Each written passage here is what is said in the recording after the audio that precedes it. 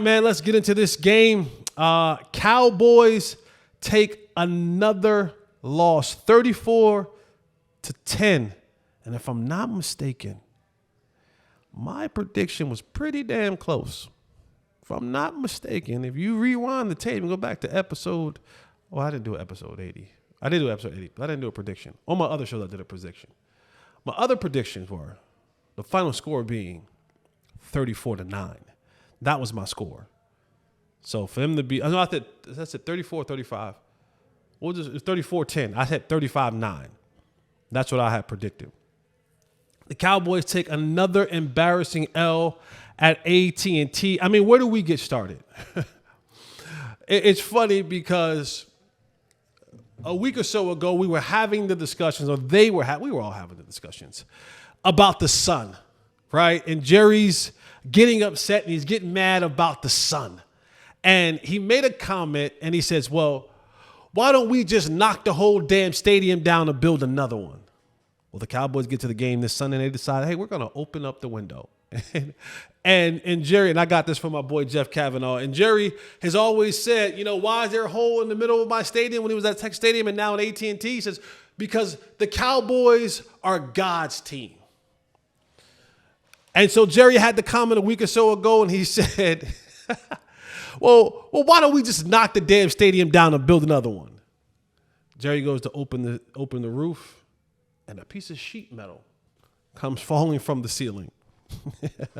It felt like when he opened the roof, God looked down and said, I don't want to watch this mess either. And if Jerry, you want to build another stadium? God said, all right, bet. All right, let's knock it down. Let's knock it down right now.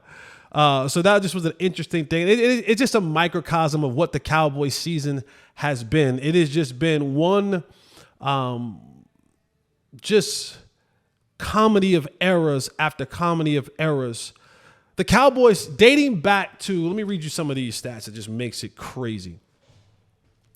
The Cowboys, dating back to the playoffs, have lost 6 straight home games. Not only have they lost 6 straight home games, they've lost those 6 straight home games by 20 or more points. That is the longest streak in NFL history. The Cowboys, out of the 4 American men sports, basketball, baseball, hockey, and the NFL. Those are the 4 North American major sports. The Cowboys are the only team. Now think about this. Every hockey team, every baseball team, every basketball team, every other football team, all have at least one win at home in the calendar year of 2024. The Cowboys are 0-6. There are 30 in the NBA. What is it? How many is in the MLB? 31, 30, whatever it is. All I'm saying is that the Cowboys are down bad. Another interesting stat. I'm going to give you some people who have won in AT&T Stadium this year, and the Cowboys have not. Tell you like this one. Texas A&M. They got a dub in AT&T Stadium. The U.S. soccer team. The Canadian soccer team. They both won during the Copa Cup America. Jake Paul got a dub in the Cowboys' home arena in the year of 2024 before the Dallas Cowboys. It is just a comedy of errors. And if you watch the game, you saw it. First play of the game for the Cowboys. The very first play of the game. People didn't even get to their seats. They hadn't even got their nachos. They haven't even gotten their Jerry Ritas that you have to pay $97 at the stadium to get. The peanut man didn't come by. The guy that was there, cold beers, he hadn't even rolled up his cart yet. 77-yard touchdown. Now I get it. It got called back. But first play of the game. 77-yard touchdown to Nico Collins. And if you go back and you watch that play, they called Laramie Tunsil for a legal man downfield, which I didn't think it was, but all right, cool. Fine. They ended up scoring 4 plays later. But go back and watch that first play. The first play of the game. Laramie Tunsil, he blocks down, he creeps out, he takes on Maris Luafau as his first block. And then as Nico Collins begins up the field, Laramie Tunsil with this hand, his good, strong right hand of God, blocks Maris Luafau. He takes the other left hand of God, and he blocks Malik Hooker. Laramie Tunsil is blocking 2 NFL professional football players at the same time. Go back and watch it. Just go to the beginning of the game and press play. And it just was, again, it was a comedy of errors. I don't know. I mean, Trayvon Diggs is going to have nightmares trying to tackle Joe Mixon. I mean, Joe Mixon was like making it a point. I'm going to run through your chest.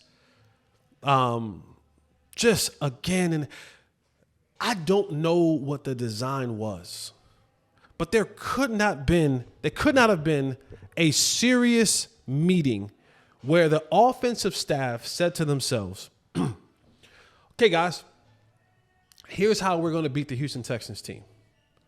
We're going to have our backup quarterback with this broken offensive line throw the ball a total of 55 times.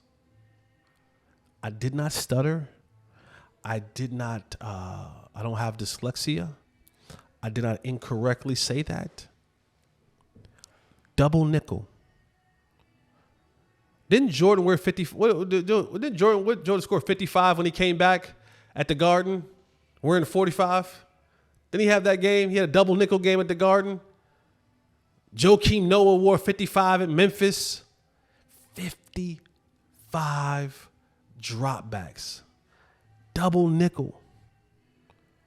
With your backup quarterback, who last week could not hit the wide side of the barn. Like, this is the thing. I'm like this. I'm like, turn this on. Turn it on. Turn your brain on, Mike McCarthy. Michael from Pittsburgh, turn it on. And you were in this football game. At half, it was 17-10. You were within 1 score, and you got the ball at half. In that game as well, Bones Fossil, my guy, for the second time in 3 weeks, you run another fake punt. And it gets you absolutely nothing. You remember in Harlem Knights, one of my favorite movies, there's a scene in Harlem Knights where Eddie Murphy is coming from, I remember him as Tommy Strong or Martin. But Tommy Strong was killed by the mob, right? And he had to cut his throat from here to here. That was the instructions that they got. But Tommy's brother was Arsenio Hall and his gang. See Eddie Murphy, whose name is Quick in the movie Harlem Knights. See him leaving at the hotel. They go in behind him to check on his brother. They find his brother dead, and they think Eddie Murphy is the one that killed him. And so they chase Eddie Murphy down in the car. Eddie Murphy jumps out of the car, jumps through this window of the storefront, and he's having a shootout with Arsenio Hall and his crew. And the driver, like, they got Tommy guns. And they're like, brrr, brrr. I mean, they're unloading shots at Quick, right? And the driver has this little pistol. And they're, and they'll stop and he'll go, pop, pop. And then Quick will shoot back. He'll have it shoot over the top, pop, pop, pop, pop. And the driver goes, pop, pop. And then eventually Arsenio Hall gets upset. He's crying. He's like, I'm going to kill you, Quick. And the driver goes, pop, pop. And he takes his hat off and hits him. He hits his homeboy in the head. He goes, pop, pop. He said, don't shoot that little no more. Don't shoot. This is me hitting you in the head, Bones Fossil. Don't Don't run no more fake punts. We don't want to see no more fake punts. That is it, and that is all. Don't shoot that little no more. Don't do it. We don't want to see another fake punt out of you. I don't want to see one from Brian Anger. I don't want to see one from Brandon Aubrey. I don't want to see any. Please do not snap it directly to the up back next week. I don't want to see a fake field. I don't want to see no more special team anything. You had the penalty trying to do a reverse. Like, no more. Stop. Stop it. Don't shoot that little no more. We are good. Just punt the damn ball away. Just please punt it away. You are not good at fake punts this year. Please don't do it anymore. This team is cooked. Out of the respect of the holiday, with Thanksgiving, we got 3 games in 10 days starting yesterday. I'm going to prolong a little bit until after the Thanksgiving holiday before I ceremoniously pack y'all up. You're getting packed up. Oh, believe you me, you are getting packed up. But as soon as you lose to the Washington Commanders and then whatever happens with the Giants, respectfully, I'm going to let you enjoy time with your family for the Thanksgiving holiday. Oh, but when we return that Monday after it's all said and done, I'm going to have a nice box. I may get a little ribbon because it is the holiday season. I may even get a little bow. But trust and believe you me, Michael from Pittsburgh and this Cowboy football team, wrap up, packed up.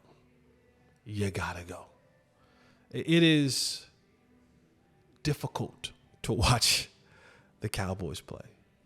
It is hard to watch the Cowboys play. And taking a page from Skywalker is now I'm just trying to watch what players of the future can we see develop. My interest in the game is I don't have an interest. I don't care what happens. I know the outcome. If a team is anything worth their weight in salt, they're going to beat the Cowboys. It's going to happen. One thing I do want to say, and it broke my heart. I'm not going to lie. It broke my heart. And you heard the comments that Micah made a couple weeks ago.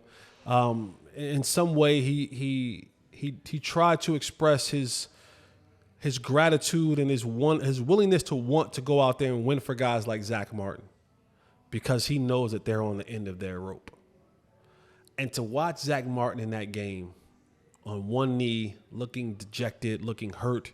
He was already hurt coming into the game, dealing with the shoulder arm injury and the ankle injury and the back injury and so many different things. And you just think about a guy who's been the model of consistency, right? Like Zack Martin is the kind of guy who, for a large majority of his career, he had more All-Pros.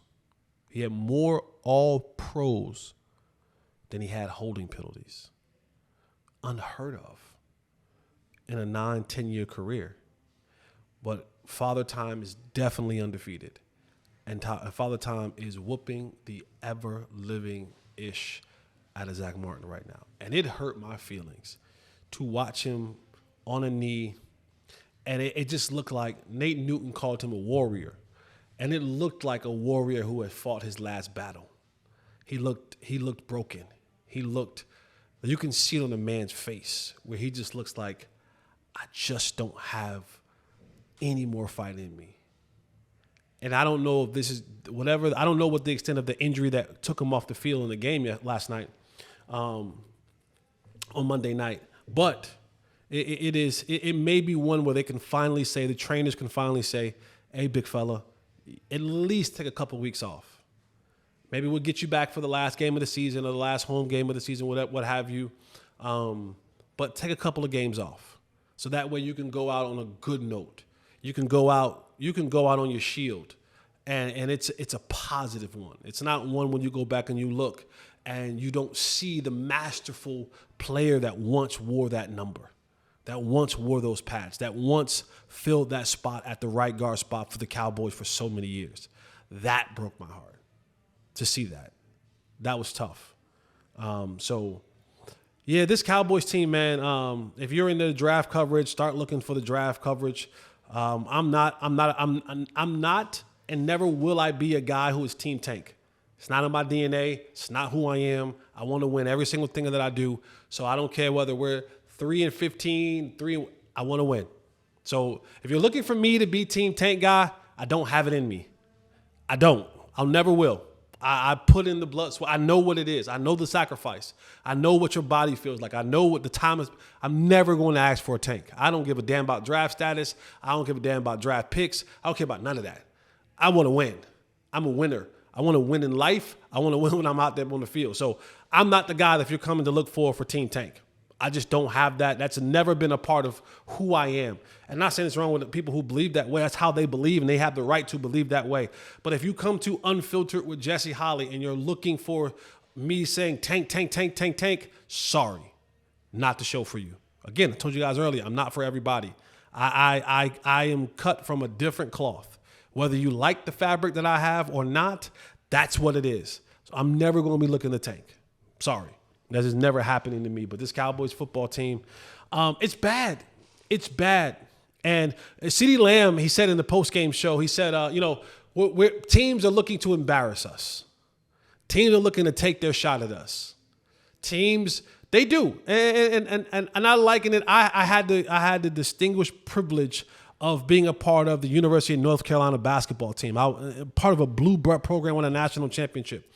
And I understand what that means. I was a Dallas Cowboy too, so I get it. I understand. When you walk into a building, I don't care what your record is, you're still the North Carolina Tar Heels. You're still the Dallas Cowboys, and so people want to get off on you. Pause. People want to have an opportunity to say, we spanked you, we whooped you. And people have been taking their shots all year long. Dan Campbell has been taking his shot. He took his shot at the Cowboys. And make no mistake about it, the Cowboys are traveling to D.C. next week to take on the Washington Commanders, who are rolling right now, who are trying to get their lead back in the division. They're second place right now. You think Dan Quinn is not trying to embarrass the Cowboys? What? His old boss? His old team, where he wanted that head coaching job, and they held on to Mike McCarthy a little bit longer than his liking. You think he not trying to come and put on a show in front of his home fans? Now, normally, and I've witnessed this as a former player. When we used to travel to DC and play the Commanders or the Redskins, it was pro Cowboys crowd. There was a contingency of Commander fans or Washington fans. It was heavy Cowboy fans in D.C. Heavy. No, the base is not too. There's a military base not too far in Virginia, and so there was a lot of Cowboy fans that lived in the DMV area, and it would be. I don't know if it's going to be that way this time. The Dan Quinn and the Washington Commanders have put together a team that people are willing and worth going to spend dollars on. So when the Cowboys head to D.C. to take on this game this week, don't look for it to be a pro-Cowboy crowd. I don't think those Commander fans are giving up tickets now. In the past, the teams were bad, and hey, listen, Cowboy fans want to come and watch the game, cool. I can make a couple dollars on this ticket and not have to worry. That ain't this. Yesterday's price is not today's price. So buckle up, hold on tight, because what they're going to try to do to the Cowboys on a short week, the Commanders were coming off a 10-day rest. They're coming off a bye. And they're getting ready to come off the Cowboys, who are already 18 guys were on the injury report last week. It's going to be 18 or more this week. Tyler Smith left the game. Zack Martin left the game. Marquise Bell left the game. Not Dalton Schultz. Jake Ferguson left the game with the concussion. It's going to be more. It's going to be more than 18 this week. It's going to be a mash unit this week for the Cowboys. They had off today. They'll be back at it tomorrow. But, they get ready to play the Commanders this Saturday. Another bad part about this whole thing, the Cowboys, we got 2 more primetime games. Jeez Louise. We got 2 more 7 o'clock games. And for those that are asking, no, you cannot flex out of the Monday night game against the Bengals, December 9th. You can't flex out of it. You know why you can't flex out of it? Because they have a Simpson simulcast. And they've already done the voiceovers and they've already done the production. They've done all these things for the Cowboys and the Bengals and the Simpsons. They've done all that. So you're like, nope, you're stuck. We already spent money and resources on the tomfoolery. So you're stuck. You're stuck with playing that game. So we got two more games where we got to stay up. At least I do have to stay up way past my bedtime to watch a game that the Cowboys most likely will lose. But if you're a Cowboy fan, man, hold on. 7 more of these things. 7 more of these things. God. It is what it is, man. Hopefully the Cowboys can find a way to put some wins on the board and find themselves back in the winning column.